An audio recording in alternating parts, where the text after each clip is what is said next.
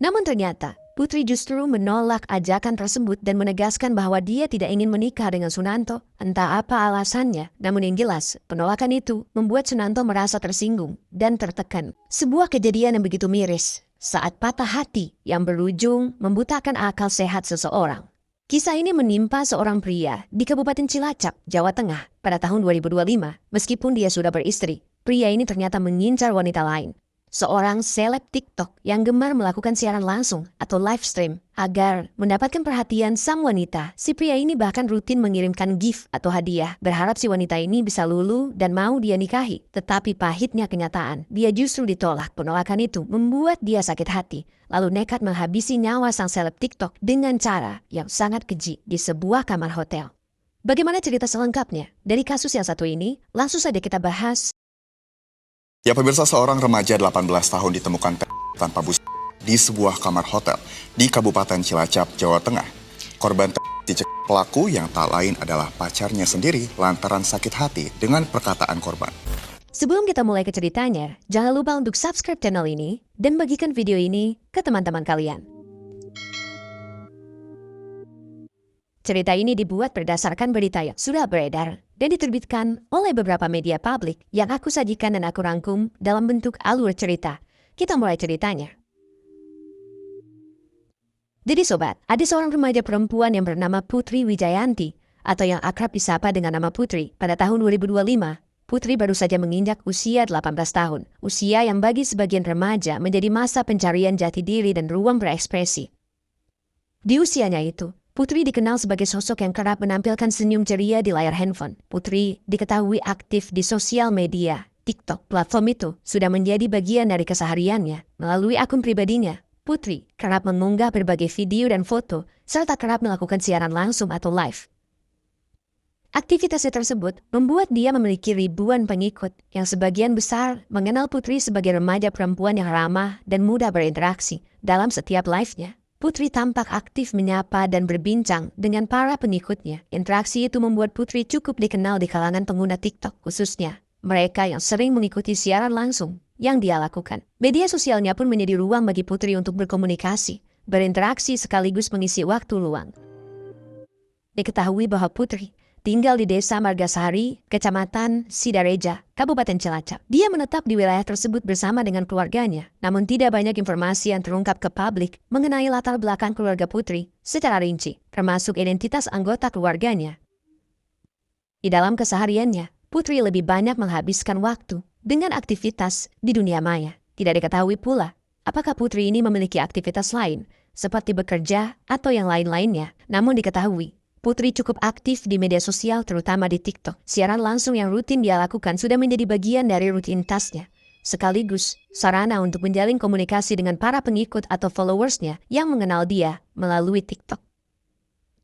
Salah satu followers Putri yang kerap menyaksikan siaran langsung Putri di TikTok adalah seorang pria yang bernama Sunanto. Dalam hampir setiap sesi live, Sunanto dikenal aktif memberikan gift sebagai bentuk perhatian kepada Putri. Pemberian gift tersebut menjadi cara Sunanto untuk menarik perhatian Putri di tengah banyaknya penonton yang turut menyaksikan siaran langsung tersebut.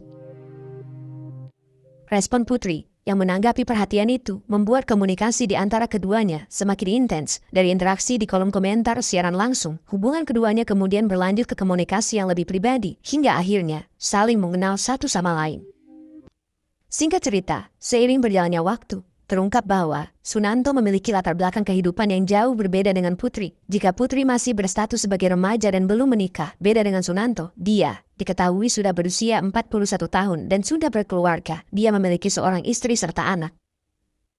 Kepada Putri, Sunanto kerap menyampaikan bahwa hubungan rumah tangganya tengah mengalami keretakan dan berada dalam kondisi yang tidak harmonis. Sunanto juga mengaku bahwa kondisi tersebut membuat dia merasa kesepian dan mencari pelarian di media sosial. Waktu luang Sunanto lebih banyak dihabiskan untuk menonton live-nya Putri dan menjalin komunikasi dengan Putri, yang mana kemudian ini justru berkembang menjadi hubungan di luar batas kewajaran.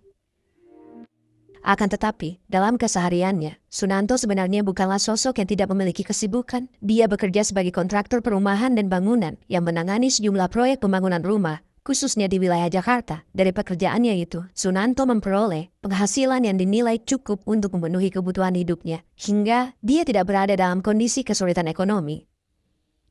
Latar belakang usia, status pernikahan, serta kondisi kehidupan yang kontras dengan Putri menjadi faktor yang cukup penting untuk keduanya. Akan tetapi, sejak bulan Juni 2025, Putri mulai menjalin kedekatan dengan Sunanto. Perbedaan usia yang terpaut jauh di antara mereka seolah tidak menjadi penghalang bagi Putri. Interaksi yang berawal dari GIF di live TikTok, kemudian justru berlanjut ke pesan pribadi di TikTok hingga bertukar nomor WhatsApp.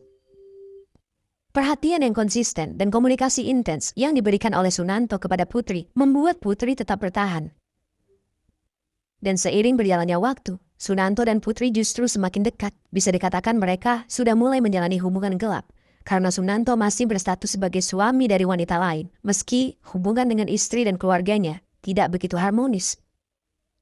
Agar Putri mempercayai dia, Sunanto tidak hanya memberikan perhatian melalui pesan dan memberikan gift di siaran langsung Putri atau di live-nya. Sunanto juga rutin memberikan uang setiap minggu kepada Putri, bahkan dalam jumlah yang besar. Meski tidak diketahui berapa total uang yang diberikan kepada Putri tersebut, namun ada informasi yang mengatakan bahwa Sunanto pernah mentransfer uang sebesar 1 juta rupiah kepada Putri. Kemudian, sejak bulan Oktober 2025, mereka bertemu secara langsung di kawasan tempat tinggal Putri. Namun, Sunanto tidak berkunjung ke rumah Putri, melainkan dia mengajak Putri untuk bertemu di Hotel Paradise yang berada di Jalan Ahmad Yani, nomor 63, Gunung Reja, Sidareja. Pertemuan diam-diam keduanya di hotel tersebut bukan hanya sekali, melainkan selama 2 minggu sekali. Mereka bertemu sekitar 5 kali. Tak hanya bertemu dan ngobrol, mereka juga menginap bersama hingga melakukan hubungan layaknya sepasang suami istri. Meskipun terpaut usia 23 tahun, Putri tetap menjalin hubungan gelap tersebut hingga selama 6 bulan lamanya. Sunanto bahkan kerap menunjukkan keseriusannya terhadap Putri. Selain rutin mentransfer uang mingguan dan memberikan gift saat siaran langsung di TikTok, Sunanto juga pernah menghadiahkan sebuah cincin senilai 2 juta rupiah. Pemberian itu sudah Sunanto anggap sebagai simbol komitmennya kepada Putri, sekaligus bukti keseriusannya dalam menjalin hubungan ke jenjang yang lebih serius.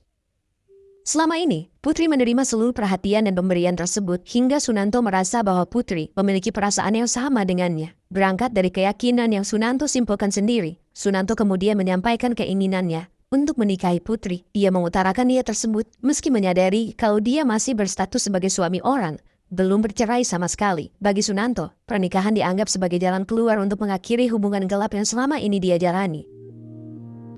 Namun ternyata, Putri justru menolak ajakan tersebut dan menegaskan bahwa dia tidak ingin menikah dengan Sunanto. Entah apa alasannya, namun yang jelas, penolakan itu membuat Sunanto merasa tersinggung dan tertekan.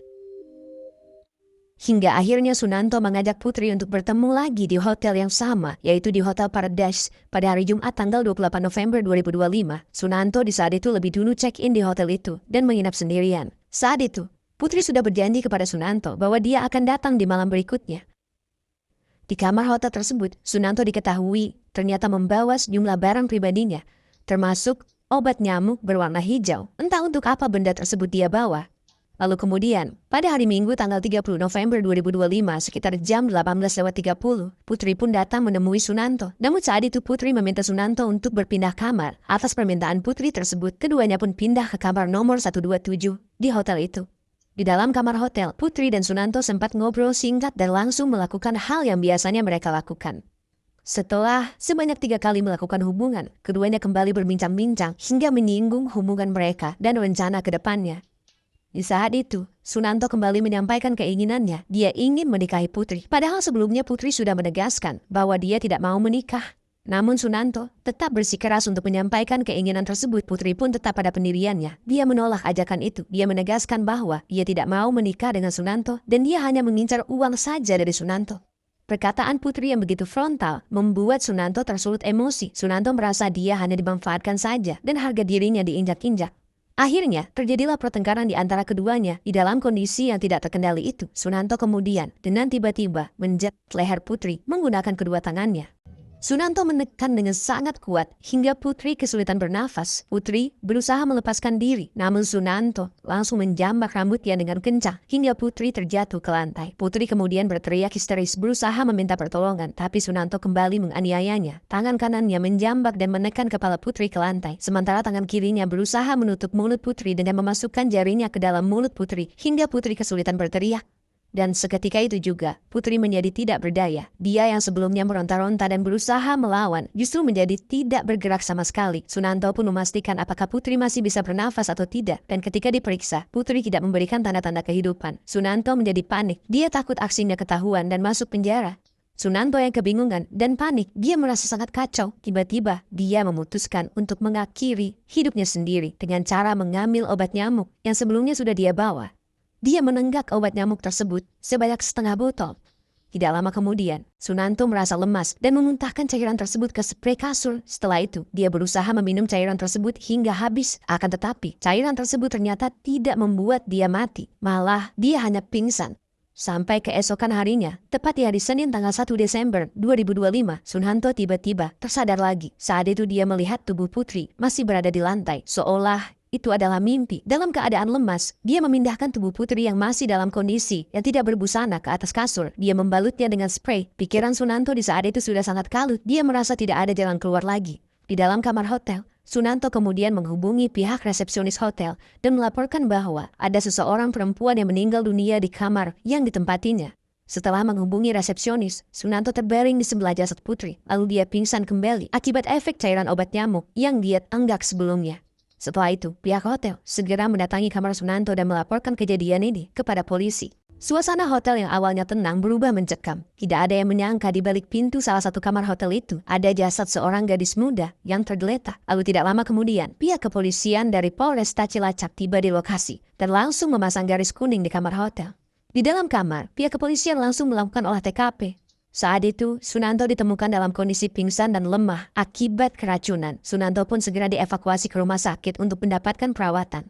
Sementara itu, gadis yang berada di dalam kamar yang sama dengannya, yang sebelumnya dilaporkan sudah meninggal dunia, ditemukan dengan kondisi tanpa busana dengan tubuh yang terbalut spray. Saat itu pihak kepolisian menemukan kejanggalan, yaitu adanya sejumlah luka di wajah dan tubuh korban. Jenazah perempuan yang diketahui bernama Putri ini kemudian dievakuasi ke rumah sakit untuk dilakukan otopsi. Selain mengevakuasi korban, pihak kepolisian juga mengamankan beberapa barang bukti di kamar itu, termasuk botol cairan obat nyamuk, barang pribadi korban dan pelaku, handphone, serta perlengkapan di kamar hotel yang berkaitan dengan kejadian. Selain itu, pihak kepolisian juga meminta keterangan para saksi, termasuk pihak hotel. Mereka mengatakan bahwa Sunanto adalah orang terakhir yang bersama dengan korban.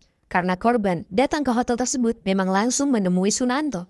Berdasarkan bukti-bukti di lokasi dan keterangan saksi, pihak kepolisian segera mengamankan Sunanto setelah Sunanto kondisinya sudah membaik. Dia menjalani pemeriksaan intensif di hadapan polisi, dan di dalam pemeriksaan tersebut, Sunanto mengaku telah menghabisi nyawa Putri karena Putri menolak untuk dinikahi olehnya. Dari pengakuan itulah, pihak kepolisian kemudian mendalami riwayat hubungan yang terjadi di antara Putri dan Sunanto, yang mana keduanya ternyata sudah menjalin hubungan gelap karena Sunanto memiliki seorang istri dan sudah berkeluarga. Sunanto juga rutin mentransfer uang dan memberikan hadiah kepada Putri selama menjalin hubungan gelap tersebut. Selain itu, pihak kepolisian juga mendalami percakapan di handphone mereka berdua, termasuk chat dan riwayat komunikasi di media sosial serta TikTok. Berdasarkan hal tersebut, pihak kepolisian menyimpulkan bahwa Sunanto merasa kecewa setelah keinginannya untuk menikahi korban ditolak mentah-mentah, dan Sunanto merasa bahwa korban hanya memanfaatkan dia untuk menerima perhatian, uang, dan hadiah.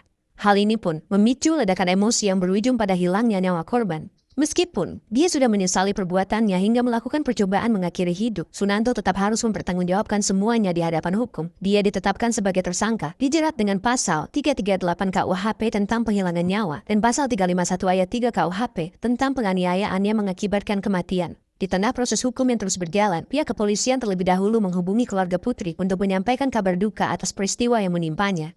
Mendapatkan kabar tersebut, pihak keluarga segera datang ke rumah sakit untuk menjemput jenazah Putri. Setibanya di rumah sakit, keluarga Putri harus menerima kenyataan pahit. Mereka melihat Putri terbaring tidak bernyawa. Selama ini pihak keluarga mengenal Putri sebagai sosok yang tidak pernah memiliki masalah dengan siapapun. Bahkan mereka juga tidak pernah mengetahui kalau Putri memiliki hubungan dengan seorang pria yang sudah memiliki istri. Ya, selama ini, almarhum Putri memang diam-diam menjalani hubungan dengan Sunanto tanpa ada satu orang pun yang mengetahui. Setelah menjalani proses otopsi, jenazah Putri langsung dijemput oleh keluarga. Berdasarkan hasil otopsi, ditemukan tanda-tanda kekerasan yang menjadi penyebab utama dari meninggalnya Putri, sekaligus menguatkan dugaan aksi penghilangan nyawa yang dilakukan oleh pelaku. Setelah seluruh proses medis selesai dan jenazah Putri dijemput, dia kemudian dimakamkan dengan layak. Saat ini, akun TikTok milik Putri tidak lagi menunjukkan aktivitas apapun. Unggahan-unggahan yang sempat menghibur banyak orang kini hanya menyisakan kenangan. Sejumlah pengguna media sosial yang mengenal Putri menyampaikan ungkapan duka dan berbelasungkawa atas kepergiannya. Sementara itu, di sisi lain, Sunanto harus mempertanggungjawabkan perbuatannya. Kini dia mendekam di balik jeruji besi dan menjalani proses hukum atas tindakan yang sudah merenggut nyawa orang lain. Itu dia sobat, kisah dari Putri, seorang seleb TikTok yang dihabisi nyawanya oleh penggemarnya sendiri yang dia jadikan sebagai pacar gelap karena sering memberikan gift kepadanya. Padahal pacar gelapnya tersebut adalah suami orang lain. Apa pelajaran yang bisa kita ambil dari kisah ini?